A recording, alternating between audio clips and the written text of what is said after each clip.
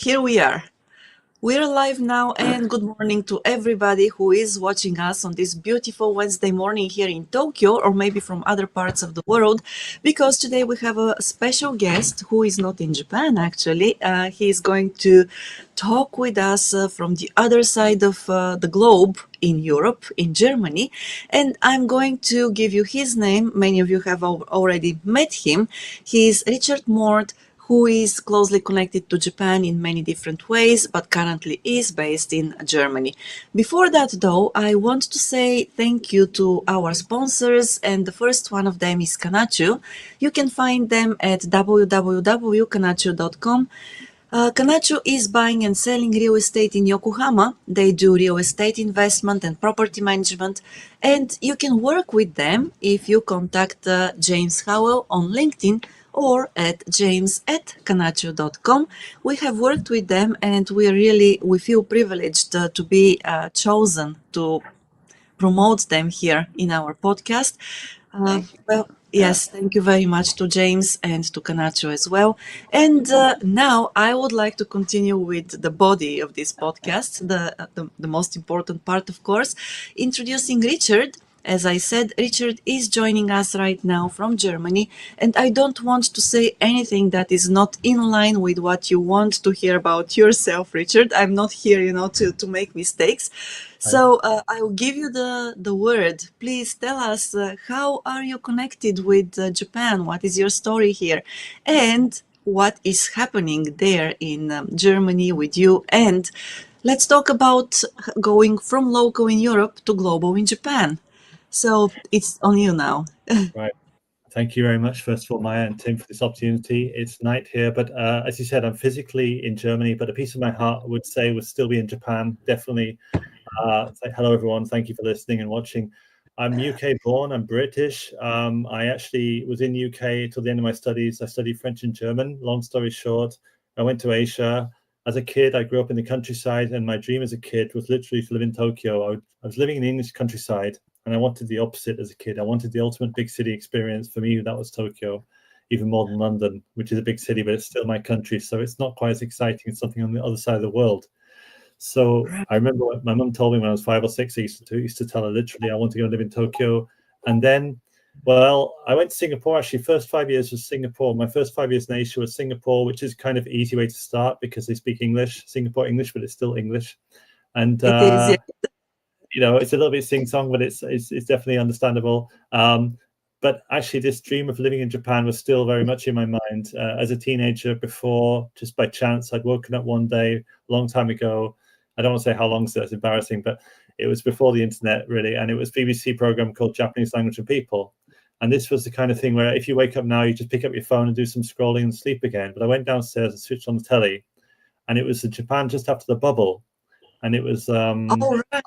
The skyscrapers of West Shinjuku, the Shinkansen, the Miyajima, and a lot of things to just capture my imagination. A British guy walking down the whole country 4 months from Hokkaido to Kagoshima. And it reaffirmed in me this wish that I have to be there one day to see what it's like. Okay, so after Singapore, I was 27. I was still full of energy, full power. And I think, okay, the time has come. Singapore's very small. Let's go to Japan. So I went to Japan. I started in Aichi in the middle of Japan in a small English school because I had no Japanese, no network at all. I had to start somewhere. So like many people listening, or many of you, I was an English teacher. It was a tough start because no Japanese and no network. And I didn't really teaching those kids and so on. But, you have to start somewhere. I did that for 6 months. And then I felt like the big city is calling me. And I moved to Tokyo. So then I'm trying to not make it too long. I lived in Kichijoji, which many of you know, most of you know, I think. It's a great part of the city. And I love it. Yeah, it's beautiful. I love that area. 8 years there. And then my life became kind of what I'd imagined. I learned Japanese. I worked really hard. This was the age before AI and apps where if you wanted to teach people Starbucks, you go back in the day, you went to Starbucks, there was always people sitting down talking to students. That was me. I was 25 a week, and I felt, how can I get money for just sitting down with a cup of tea and talking like we're doing now? But you did. So I used to do that a lot. I did my own translation. I did a lot of gigs, and it was really like for many years it was, I would say, golden years, because I wasn't trying too hard, but my skill set was giving me a great lifestyle. It was very hard work, to be honest, but the crucial thing was I wasn't in a Japanese office. I was at home. So when it all Right. got too much, you could go to the hot spring or do whatever you do, hop on a Shinkansen and go to Nagano and so on. So Yeah. I'm cutting a long story very short. I got married. My wife is from Kobe, actually. We had 2 kids. After 8 years in Tokyo, I really enjoyed it a lot, but I felt like for the kids, okay, maybe Kansai is better or more relaxing. So Kobe was my home for 11 years after Tokyo, which is a really nice, livable city. And Kansai was really fun, I felt like it was the right order, because when your Japanese isn't good, Tokyo is easier. And when you have Japanese, Kansai is really fun. So I felt like that order was I for me. agree. I agree. So much Yeah. fun. I have friends back home who studied Japanese language and culture at university, and they came here as exchange students for a year or two, and everybody says they love Osaka much better than they do Tokyo. And for one of the reasons is is just what you mentioned right now. And also they said that it's so much better there, the energy of people. Energy. Yes, the vibe is very different. They're more relatable, I think, certainly to Westerners.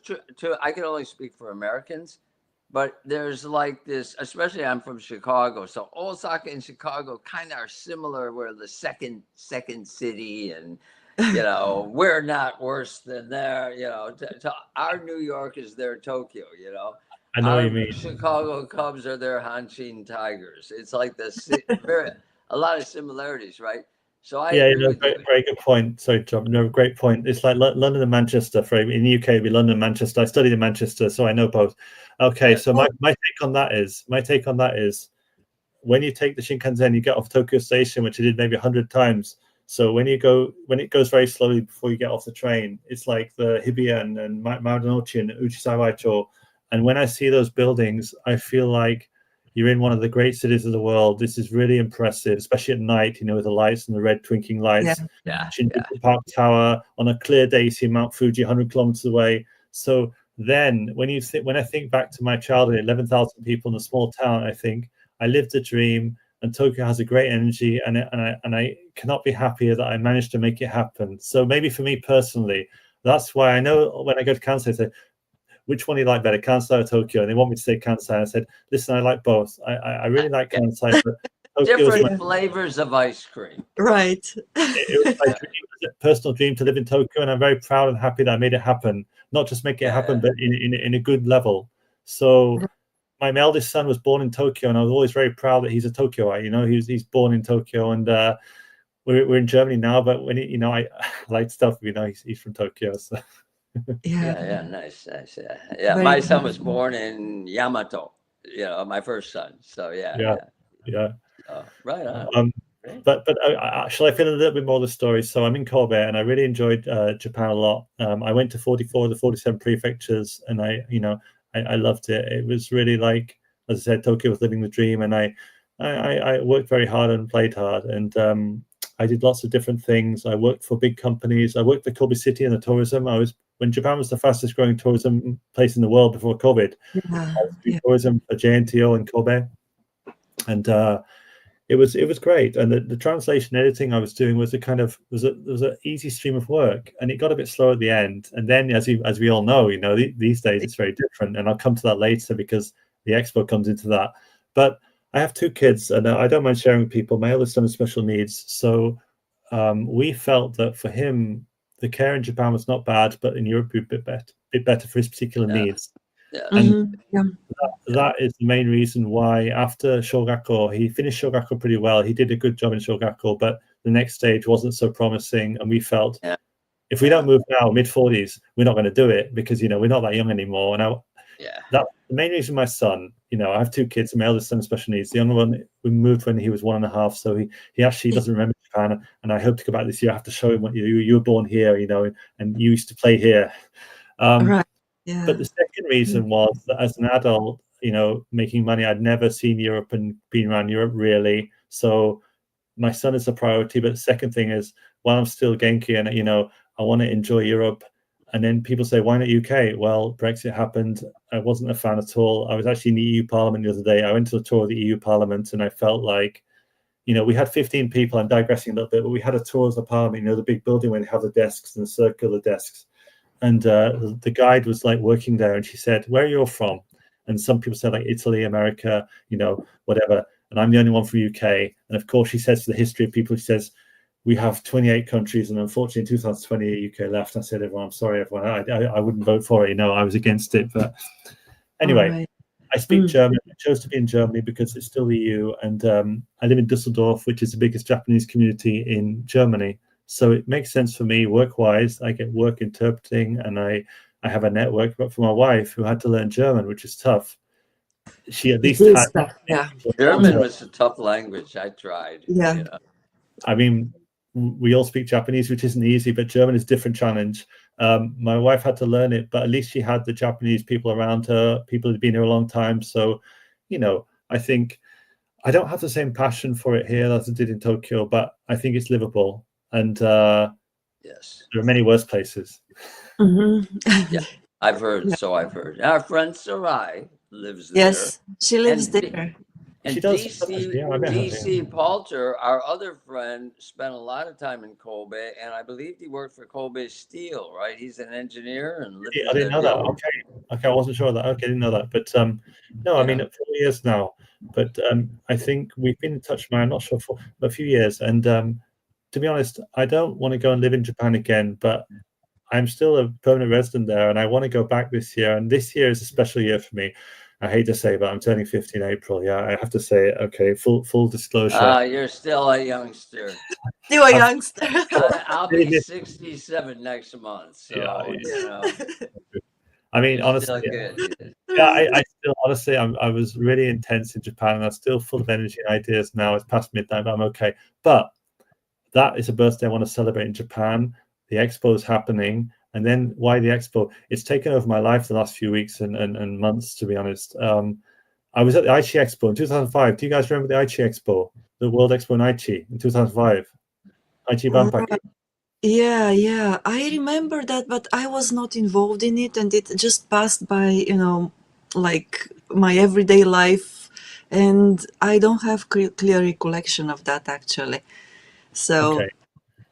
It's 3 years into my stay in Japan, and I was starting to enjoy life and have a good basis and work well. So when Aichi Banpaku came, I said to my wife, "Listen, we have to go. It's UK National Day. The different countries' national days, and it's UK National Day." And I said to my wife, "We have to go. It's British National Day. I have to be there on British National Day." She actually worked in the British Embassy for 2 years. Before Brexit, I was so proud and happy. Anything British came to Japan, I was there. The Hankyu Eikok Fair, every October they have Hankyu English Fair. I was there. I would go down for Tokyo on the Shinkansen just to go to the English Fair. I'd stay overnight in Osaka just to attend the English Fair in Hankyu, buy scones and tea. Right.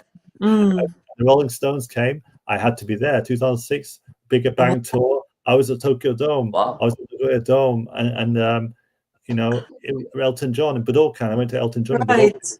So all these things, I was championing the cause, flying the flag, as you might say. But yeah, Brexit really changed all that. But yeah. Were the tickets affordable back then? You're saying 2006, like the Rolling Stones are not a cheap concert to go. No, but right? that was I said the golden years when it was really price elastic for the things I wanted to do. I would work too hard, to be honest, but I would make good money, and it was a case where I'd work for 5-10 days a month, and if it was a good month, I'm covered everything, and then everything else is a bonus. And me too. That was those were the golden years. I miss it. I miss it. People would come up to me on the train and say, "Could you teach me English?" Like they had no idea who I was. I was just the foreigner. And like you, I never had to work for a school. All mine were private. Either they came to my house or I went there, and the money was always really good. Yeah. So even as a college student, I made more than enough to live. More than, and I was only working, like you said 10 days. I was probably working 12 to 15 days a month total. The thing is, though, I wasn't taking it easy, but I was more I kept my foot to the floor, and it wasn't just money. It was more pride. I want to do it and I want to reach the maximum. It's like, I don't know, you could say obsession, but it ties into the current expo thing because I've always been a person that can't do 50%. I have to do 110%. So that was why those golden years were very golden. And then we come to Germany, and it was hard moving. During the pandemic, it was horrible. You can imagine how hard it was. I had a special needs boy of 12. I had a young kid of 1.5, and had a wife. I was the only German speaker. Had to come over, find a house, find schools for the kids. It was, I don't know how I did it. So when I think back to that's amazing. That's amazing. anything's possible. That was epic. Yeah. But I have to reinvent my work and my life, because not just because of relocation, but as we all know, the days of human translation is not dead, but it's very much different landscape now. It's totally different landscape. The average to good level is doable by AI. Let's face it, it's doable. If you want outstanding work, yes, I think people like me are definitely in demand, but I can't have golden years on that model. It doesn't work like that. I do have some work, but for me, some is not what I want. Maybe I can't have that level of life again because it was really exceptional, but I still want to be comfortable. I want to travel when I want, and so on. So when the Osaka Expo thing came, well, it was LinkedIn again. It was the last World Expo was in Dubai 5 years ago in Dubai. And 192 countries were there, almost the whole world, because Dubai is in the middle and everyone can go there easily. So Dubai was a success, even though it's 2020 and it's still pandemic, but still a success. And a company who did the official media for Dubai 1 hour a day, they found me on LinkedIn and said, we were chosen by Dubai to do the expo, and we'd love to do something in Osaka, but how do we do it? We don't know Japan. You look like you know Japan. Can you help us? And of course I say, yeah, I know I can. And so a week of my outreach, and we got a Teams interview with Kanchu. And then it was kind of like stop-start, because it's not that easy to get into Japanese bureaucracy, especially from outside, living in Japan. Right. I use this intensity I have, and I just I go into the tunnel and I focus, laser focus. I went to the website of the expo, and it's pretty complicated, and Japanese websites are always like that. But I saw the pavilions, the country pavilions, like the dedicated pavilions for country, and they always have like a small summary in English. And then what you have this time is like the company pavilions. You have about 12 or 13 domestic companies who are doing special pavilions, right? Like Sumitomo, NTT, Panasonic, and so on. And so I started doing LinkedIn articles, because I really like LinkedIn articles, because you have, on a normal post, you have 3,000 characters, but on an article, you have 125,000. So you have amazing amount of space to do stuff. So I just got into the habit of doing these massive articles and tagging things. And when you publish, everyone who you've tagged gets notified. And if you do it properly, you don't get loads of people complaining, saying, what are you doing? You occasionally get their name wrong. You get like 5 people called Tomoko Hayashi. You choose the wrong person, and it's like, this is the wrong Tomoko, it's this Tomoko. But no one's getting really upset. But if you do a really good article, then it gets noticed, and you get some traction. I'm thinking, we met on LinkedIn. That's why I'm here, and this is the thing. And once I start, I can't stop. So I did all the countries, did all Europe, and AI does help because you research quicker. I admit, when I have foreign language stuff, it gives me the gist. I put it all in and give me the meat, and I'll put a nice summary. And so I did all the countries, and then I thought, domestic pavilions, there's hardly anything good in English there. Non-Japanese speakers should be able to know exactly what a Japanese speaker could read and listen to. And it's really like end to the earth detail. It sounds a bit crazy to people, but I literally, for weeks, I went to the website. I looked at every last character, every last page, every last video. I did the kitchen sink, honestly. I basically scraped everything possible they had on that topic. And then I make a nice English summary with pictures. And then people say, why? Because no one's paying me for this. And it literally was weeks of work alongside everything else. I have to do paid work as well. I have to keep the wolf from the door. But when I'd done this, I did it on LinkedIn posts, and then people started noticing, and really like influential people like commissioner generals, the managers of pavilions from countries, really quite a high level, ambassadors and stuff. And they even messaged me, DM me, and said, this is amazing. This is a masterclass. And then I thought, I'm going to send every pavilion I've done to every company and see what they say. And so I took the PDF, like 38 pages, and the 2 or 3 pages I've done for each company, I split it up, and I found the email, because you get good at this, you get good at hunting these down. And I found the people in the email, and I sent it, and Panasonic, the guy was really impressed, and he got back to me and the head of the pavilion, and we had a talk about a week ago. And now at the end of the month, he's given me a chance to pitch to his team, because he really agrees that this could be like a game changer for foreign people. Yes. And Panasonic's a massive company. We have offices in Germany, around the world. But when I think about it, I think that's amazing. It's difficult enough for a small company to get Panasonic's attention. For me, doing it from across the world alone, I felt I got well done, Rich. I think that's excellent. That's a great story, and I think that's very useful for people listening. Like, it's very practical. It was detailed, but in a good way. I love seeing that. I love seeing initiative pay off, right? Like, rather than sitting back and waiting, you go get it, right? So I really like your approach, and I can relate to the obsessiveness. I can be that way, and so I try not to do certain stuff because I know I'm going to do that. I'll get obsessive, right? But sometimes it serves you well. It does. Good for you, man. Good for you. That's a Yes. Once I get this kind of success starting, I think I'm on a roll here, and I'm tired. And my wife gets tired of me. Every day I talk to her about Expo, she's like, "No, stop talking about Expo." She's like, and when I have like Panasonic email, I start getting my phone out saying, "Look, Panasonic has emailed me," and I got one. Honestly, I only got one refusal from the company, so Mitsubishi, and I think Mitsubishi is very okay. Mitsubishi is Mitsubishi, so it was a polite refusal, and it was like. But I have another Shacho of an Osaka company, a big company with 18 offices around the world. He personally emailed me, and he said, "Could you please give us a budget?" And and I'm thinking to myself, okay, this is going to happen. I'm going to be in Japan, and if it all goes well, it will be a gig. They'll pay me to come, and I think, and then the best thing, within like 36 hours, I'm actually talking to the Expo management, the association who runs the Expo. I felt like I'm knocking on so many doors; they can't not hear me, And there's lots of, you guys probably know this. The event itself is not popular in Japan. There's people against it because they say it's costing a bomb. It is costing a bomb. It's over budget. There's people without homes, earthquake people. Why are we doing it? And the mood is not really in favor, is it? Right. Yeah. Well, the mood is not very much in favor because there is always something that people think about is of a higher priority. So with last year's, the earthquake in the Noto Peninsula, everybody's saying yes, which it's understandable, but still. I get it. Yes, I get it, but still Japan needs to also be in the eyes of the world. And there's a larger context that many aren't seeing. Yes. Or devaluing maybe, but I could.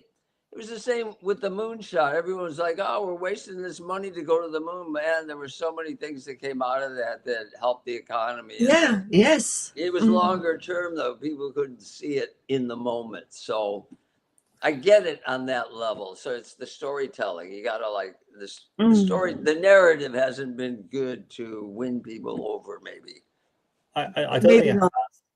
I think if you look at the people in charge, it's the usual suspects of Old Boys Club and all average age 60. There's not to women. Yes.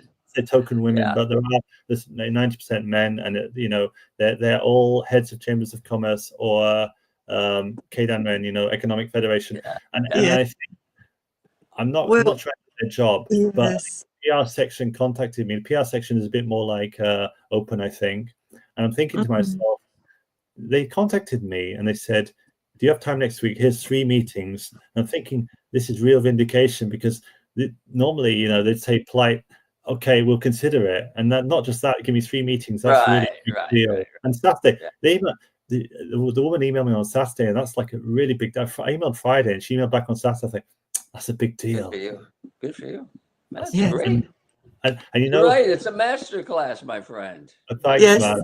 I'm happy to share it. Honestly, it's been a bit of like a labor of love. It's been a really hard thing, but so they have the company pavilions, they have the country, and we have a chance. Maybe Austria and Italy and Singapore are the countries who maybe we have a chance with for do the media. We're still in talks with that, but I said to the company, "Listen, I'll get your foot in the door, but if you get a contract, you've got to bring me along." So either way, I think I'm coming, whether it's my thing or their thing.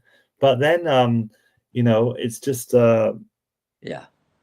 the signature. Oh, sorry, the signature pavilion. The signature pavilions are the kind of like the mad professor ones. The people in robot labs and stuff who do creators.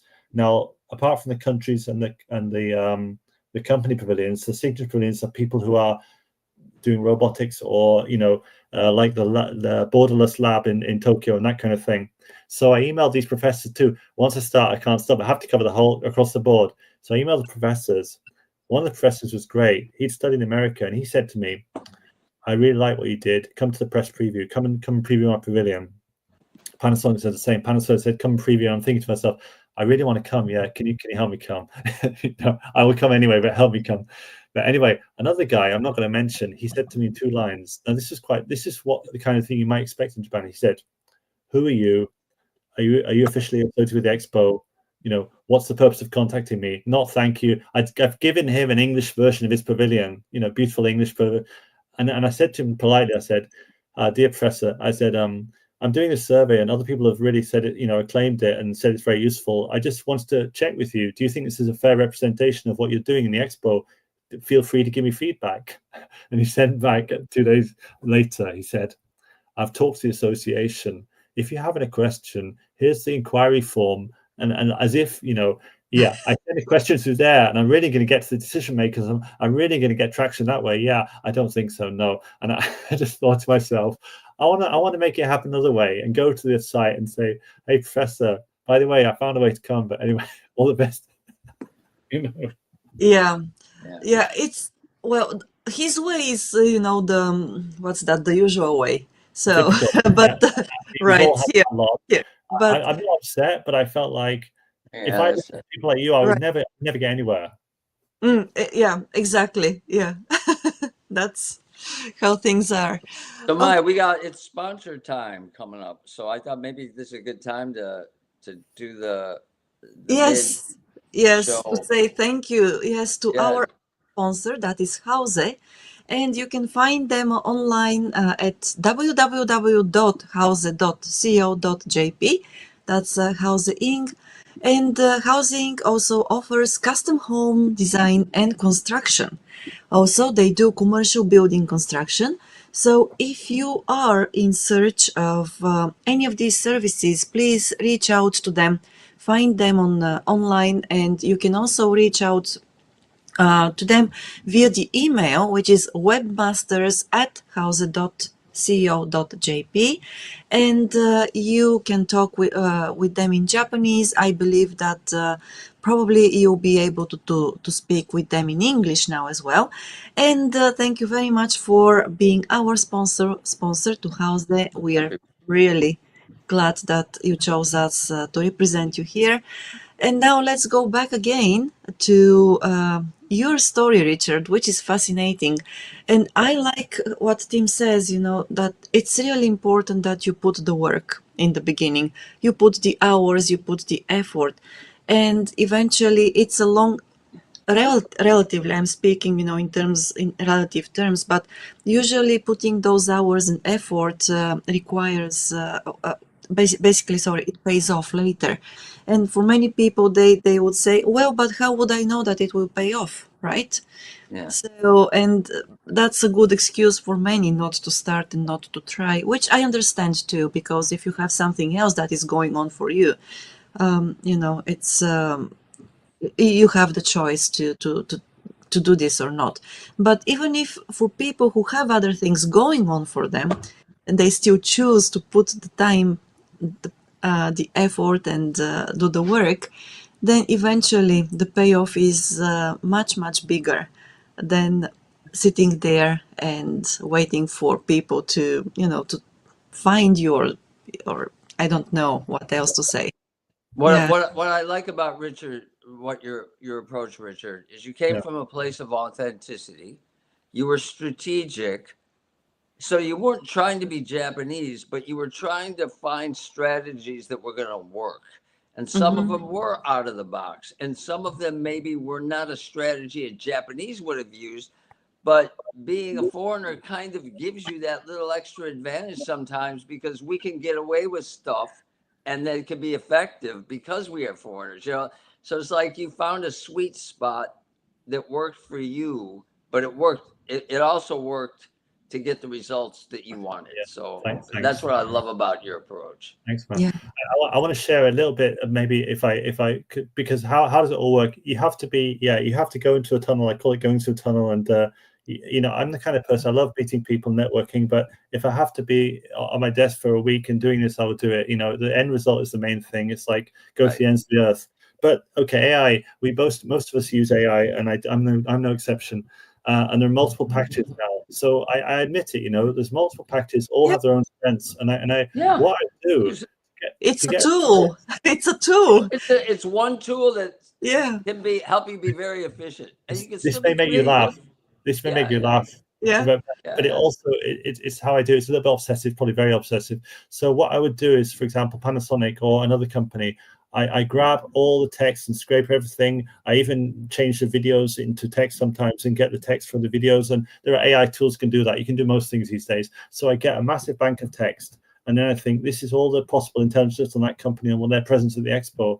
And then I would get the main things, and I would say, I need to do a hyper-personalized outreach. And the words I use is, it has to be compelling as possible. It has to give me the best possible chance for collaboration, and it has to resonate like hell with the people. I say it in a nicer way. And I either say, design a prompt that will do that, or I ask for the result in a careful way. And then I put it in another AI platform and I say, how could this be improved? And I bounce it sometimes for an hour between them until they all say, all more or less say, no, this is as good as it's going to be. It cannot be better. And then I would look at it again. I think, okay, and you tweak it a bit. But it's like that kind of like dedication or obsessiveness is really for me a game changer, because I really feel like, well, it's a large language model, so it's definitely using past success to get the most probable word that comes out. So if you do that, you're probably getting a really high level output from somewhere in history or something. Mm-hmm. I feel like, it's the way I do it. And one example, this may find interesting for you. So I'm meeting the expo people, and there was a platform I wanted to recommend to them, but it wasn't in Japanese. So you know what I did? I grabbed a video from YouTube. I grabbed it and saved the video. I AI dubbed it into Japanese, which was, I think, 80% okay. It wasn't perfect, but it was definitely. And I sent a link to them. I said, I really think this could be interesting for your marketing. It was in English, so I put it into Japanese for you. And for me, that's kind of normal. For other people, it may not be, but like it takes 10 minutes if you know what to do. But it really, like, imagine the effect. It can really like open a door. And for me, it's kind of like I have this laser focus. I'll do whatever it takes to open the door. Another example would be this company in Osaka where the president emailed me. I went to their history, everything done overseas for the last 50 years, Africa, they've done stuff, palm oil. I just mention all this. I make it high person. And I remember like asking the AI, I said, what do you think their impression will be after getting to say, God, does this guy work for the company? Has he been working for us for 20 years? He knows more than the people in the company. He knows more than our board members. This is a kind of, it makes me laugh, but it's like that kind of focus that for me is getting result. So to sum it all up, I'd say, I do what very few people do, but it's getting the results that very few get, because it's like exactly that reason, Yeah. Mm-hmm. Yeah. Attention to the detail. And yeah. It was funny when I worked for Japan Management Association consultants, my boss, and we were doing like deep dives in the factory, right? Yeah. So very technical. And he said, in 2 months, we have to know more about this company than the president. Otherwise, they won't need us. That was like his. Right. But we were talking really detailed and deep, right? And so that was always you had to absorb all this information in this compressed time, but then that gave you your competitive advantage. That's why they needed you, and you were adding value. So it resonated what you just said. Very cool. Yeah. And one small tip, I always do this as well. I often do this. You'll find a lot of people who are originally, maybe their parentage is from a different country or something. So there's a guy in Paris who's in a influencer platform, and he speaks Albanian, so maybe his parents are from Albania. So when I email the company, on the subject line, I put something like "Good evening" or "Hello from Dusseldorf" in Albanian. And I know this kind of thing, this kind of tiny thing, people don't usually get that kind of thing, and it makes them interested, and they click it. Like an Indian guy, I might put something in Hindi because I'll put the message in English, but if you put something small which is different, this resonates, and it's kind of like, you know what I mean, these tiny details. Yeah. Yeah. Nice touch. I like it. Yes. Yeah, give me all my secrets away. Give me all my secrets away here. Hey, no, that's like I said, you got to do your master class. I think that would be a piece of education. Make it passive income. You put it online to make people. I had a talk with a big startup company in Germany about this, and they said this stuff is really valuable. This is incredible. And I said, yeah, it's like for me it's normal, but I guess for other people it's not. And startups could do this. And even if you explain to people in a way, they love a done for you solution, because no one else is probably willing to just spend days doing this. But I do want to package it up and do a class, because I think this kind of thing really opens doors which people don't think are openable. Yeah. Well, I encourage you to do it. I'll be rooting for you from the. Yes. You guys, let's do that. Let's talk about this. Yeah, why not? Yeah, I feel the same. Right. Yes, very much. Because I think that for many people there is a psychological barrier. So they think, well, this door is not openable, so it's not worth trying. Right. And this is already the decision has been made. And I believe there is, this, that people do not like to hit a wall. People do not like to be refused access to, or just, they don't want to receive negative feedback or emails or whatever. So I understand that. And I think that this is true for the majority of people. But actually, if you don't knock on the door will never open, right? And of course, once again, you can knock on 70 doors and maybe 1, 2, or 3 of them might open, or maybe more. But if you don't do that, then nothing happens really. So how do you get beyond, or how do you overcome this psychological, barrier to it's like school disco.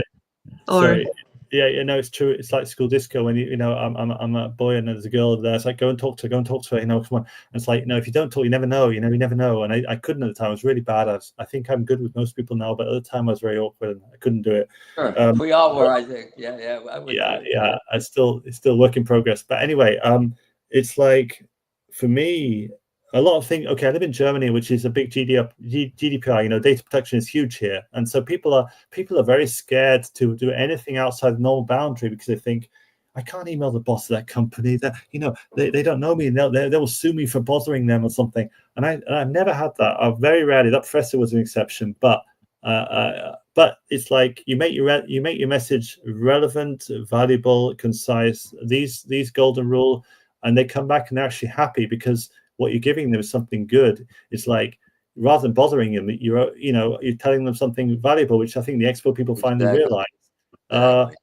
And the other thing is 70 doors, you get one open. And it's a big if you do this hyper personalized and slave away and do this like this, then you're going to get a better response rate, not just 1 in 17. Yeah. I got 30 to 40%, I would say, doing it at that level. That's amazing. Yeah, it's wonderful. Yeah. Yeah, congratulations on that. Yes, you're right. Instead of the shotgun, you do the sniper. You focus. Yeah. I like a Turkish guy in the Olympics. Like special equipment. Oh yes, yeah. Like I said, only Mitsubishi said no. I think I can just say that. But I'm sure I'll get no's from other companies. But the fact that only one no so far shows me that the emails are getting opened and discussed, which is already a victory, because most of the time they just write and they say, thanks, we'll keep this in mind. In other words, boom. Yeah. Yes. So yeah. For sure. And I can't expect a big check from every company, because I can't clone myself. But the ideal scenario for me now is go there for a month at least. I want to go and see my friends and see the country again, do some work, maybe a week intensive work in one of these companies, go and see the expo, maybe get a pass and see and network. Network or die. I like it. And the best feeling is you did it with your own power. It's like you got into this place from nothing. I only started in mid-December. It is a bit unbelievable, isn't it, guys? I only started doing this in mid-December. To get to this point in still January, it's quite amazing, to be honest. I find it good quite for you. Yeah, that's amazing. Yeah. Yes. Yeah. No, I really feel very energized listening to you. Yeah, And I yeah. hope, yes, that other people do too, because It's yeah, practical. it's very It's practical. not Yes, academic. It's real. No, It's it's a practical. school of hard knocks. It's a school of It, hard knocks. yeah, yeah. And okay, you hit the wall, so now you go around it or over it or under it or you yes. break it down or like Hmm. you don't stop because there's a I wall think, there. There's yeah. ways around it. Yeah. I have a special needs kid, and that was very hard because we're his lifeline. I think having that hardship, which is harder for him, obviously, but for us, it's very hard too. It trains you, or it makes you. Maybe that's part of it because I have to deal with it. And it's a huge Right. load, Right. and so everything else, which is hard, is less hard than dealing with that. Not because Yeah. he's not normal, but because I've had this experience. He was living with us till about 18 months ago, and now he's in a facility, but close by. But when he was here, it wouldn't have been possible to work at this level because I have to, Right. I'm his lifeline. And now we visit him pretty often. He's doing pretty well, but Good. I have more freedom. If I want to take a business trip to Munich, it's possible. Or if I want to fly to Japan for a week, I might have to take the little one with me. I think I may have to, but it's still doable. And if the older one was with us, it's going to be much harder. So, yeah. Yes. Yeah. Wow. I mean, that's really fascinating. And thank you very much for sharing the story, Richard, because once again, we need more stories like yours. We Yeah. need them because Success stories, persistence, success, yes, grit, persistence. deep dives, Yeah. and you're right, it pays off. All those details and the customization and textbook stuff, man. Yeah. Right. Thanks a lot, everyone, and everyone listening. Thanks for listening, and I'm happy to hear from anyone who's interested or want to know more. Please feel free to get in touch, and I really appreciate having this chance to speak. Actually, it's a great topic because it just writes itself because it's all fresh in my mind, and it's nice to share. Right. Ongoing, Yeah. you see, it's a work in progress. So. Yeah. Yes, it is work in progress, and well, everything is situational as well, right? It's not like you did this. You adapt. Yes, You got to be flexible, right? you have to be flexible and adjust to every next situation and the people you work with. So like this week is Panasonic week, and next week might be NTT week. So I have to change to NTT. And Yes, because all those companies, they have their own cultures and Their own buzzwords and their own, buzzwords, the structure and everything is I have to different. say, Panasonic guy is great. I'm not going to say his name, but he was really good. And I said to him at the end of the talk with him, I said, listen, I'm so grateful that we talked in 7 in the morning. It was hard to do Kegel at 7. It's hard anytime. I said, hi, could I say that we had a good conversation? Because as you know, in Japan, having that kind of foot in the door and say the Panasonic head of the pavilion had a good conversation and thinks my ideas are good, that is key because other people, they have credibility, have social proof. Right, exactly. This guy must be okay because the Panasonic guy said he's okay. Yes. Just like it's like having a client list of esteemed, respected companies, and they look at that and they go, "Oh my gosh, if Toyota hired him, he must be really good," or whatever, Yeah, so those are really good shortcuts for I reckon more the Expo, credibility.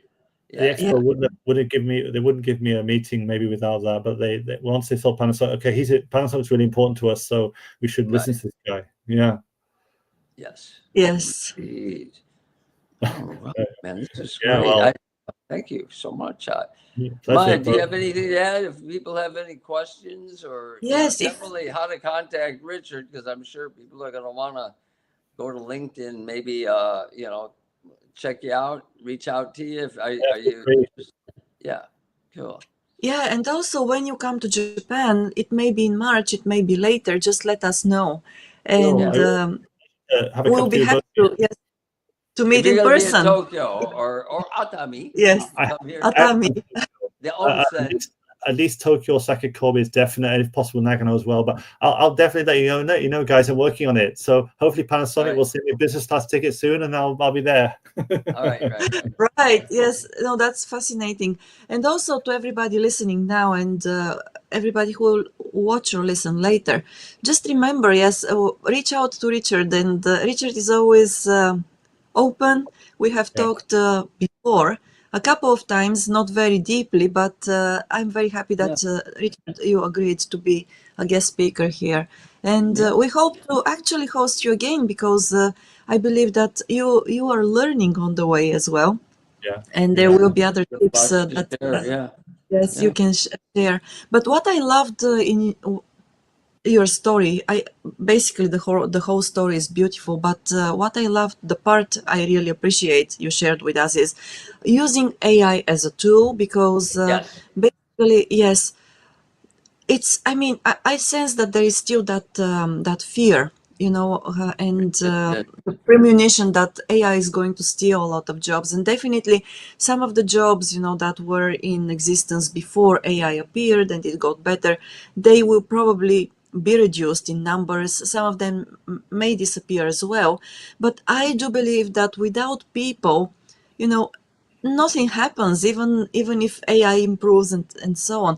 So basically, it depends on us how we use it so To that learn it the can help. to learn the Yeah. tool. Yeah, and Yes. I'm not on your level, but I'm using it in similar ways. I'm not quite as detailed as you, but there are so Yeah. many uses I found. And here's the thing: sometimes this gets conflated, but if you're on LinkedIn and they say let AI write your post, and you just let AI do it, then yeah, I think you're abusing the tool. But Yeah. if you ask AI to summarize it and then you rewrite it in your own words and you add some of your own flavor to it, Yeah. now you're talking about something completely different. You're pawning off the heavy lifting to AI, and then you're doing the artsy fun stuff. It's That's it's kind true. of Yes. Yes. Exactly. Exactly how to do it. I mean, I get a basic and I often just run it through and say, could this be improved anyway? What would you do? How would you change it? And I'm or thinking, okay, do I shortened agree or not? or Yeah, yeah, is it too long or short? Or, can you put emoticons on it sometimes? Or things like that, right, Yeah. Yes. right. Yeah. Yeah. We've got a comment from Douglas Campbell saying AI will make new jobs. Humans need to check the AI data and make the decisions. Yeah, I completely agree. I'm on Yes. board. Yep, yep. Yes. Very much Hey, so. it's coming whether you like it or not. You can I complain agree. about it. You can It's say definitely it's a wave. unfair, whatever, but it's coming. So your choice is to deal with it or be a victim. I That's think how Yeah. so. I Right. to think, embrace it and use it. Um, Mm-hmm. yeah. No, I Yeah. mean, honestly, it's great to share, and I think I'm not going to suddenly become an AI prompt engineer, but like I definitely see that the how many doors it's opening for me. So, bring it on. I think I do pay something for it, but I feel the ROI is good, and long may Yeah. that continue. So, yeah. and also for a balanced, rational perspective on AI, please, please, please follow our friend Eric Fraser. Eric Fraser. Yeah. He's an AI. He's like really into it, both on the technical side, but common sense. And he sifts through all the hype, and I think he gives a very balanced perspective that non-technical people like me can relate to and understand. So, Eric Fraser, check him out on I will. LinkedIn. I will. Yeah. I will. Thank you. Yeah. Thank you for that. Yeah. Pleasure. Yeah. Thank you. No, but I do agree also that we are given new tools for work, and these new tools make things so much easier, actually. I have also, yes, easier, faster, efficient, and of course, once again, I repeat myself, but AI is just one of these tools, and the sooner we learn to use it, the better I think it is for our work. So, well, to everybody out there, don't worry, Yep. just Yeah, learn. yeah. Embrace it. Adapt Embrace or it. Even die. an old man like Adapt me or is die. I like to say adapt or die. yeah, Yeah, adapt or die. yes, Right, right, indeed. right. Yes, Yeah, Yeah. yeah. All right. So, Well, thank you, everyone. It was a pleasure, well, and we'll keep in touch. thank you, Hopefully, see everybody. you in Japan in not too distant future. Yeah. Right yes, on. We look forward. Hopefully, we can meet up, soon. yes, I would like yes, that. I would like that. All Working right. on it. I'll update you guys when they get when the door fully open. I'll let you know. All right. All yes, right. please do. All right. Great. Yes, Thank Thank you, you, just everyone. Richard. yes, thank you very much again. And once again, I just want to say thank you to our sponsor, Kanagawa Chuo Jutaku, or kanachu.com, as you already know, with James Howell and Houze. You can find Houze online as well. So please feel free to reach out to them and work with them. So you have, well, their services will be customized to your needs. Thanks a lot. That's all. And if you haven't connected with any of us yet, please do connect. Also follow us on LinkedIn, YouTube, subscribe to the channel there, and we'll be in touch. If you have any questions, let us know. All right. Until Thank then, you, everyone. Thank you thank for you, listening. and have a great Wednesday. Everyone, all the Bye-bye. best. Yeah. The Cheers. best, yeah. Thanks, Bye now. Rich. Bye. Bye.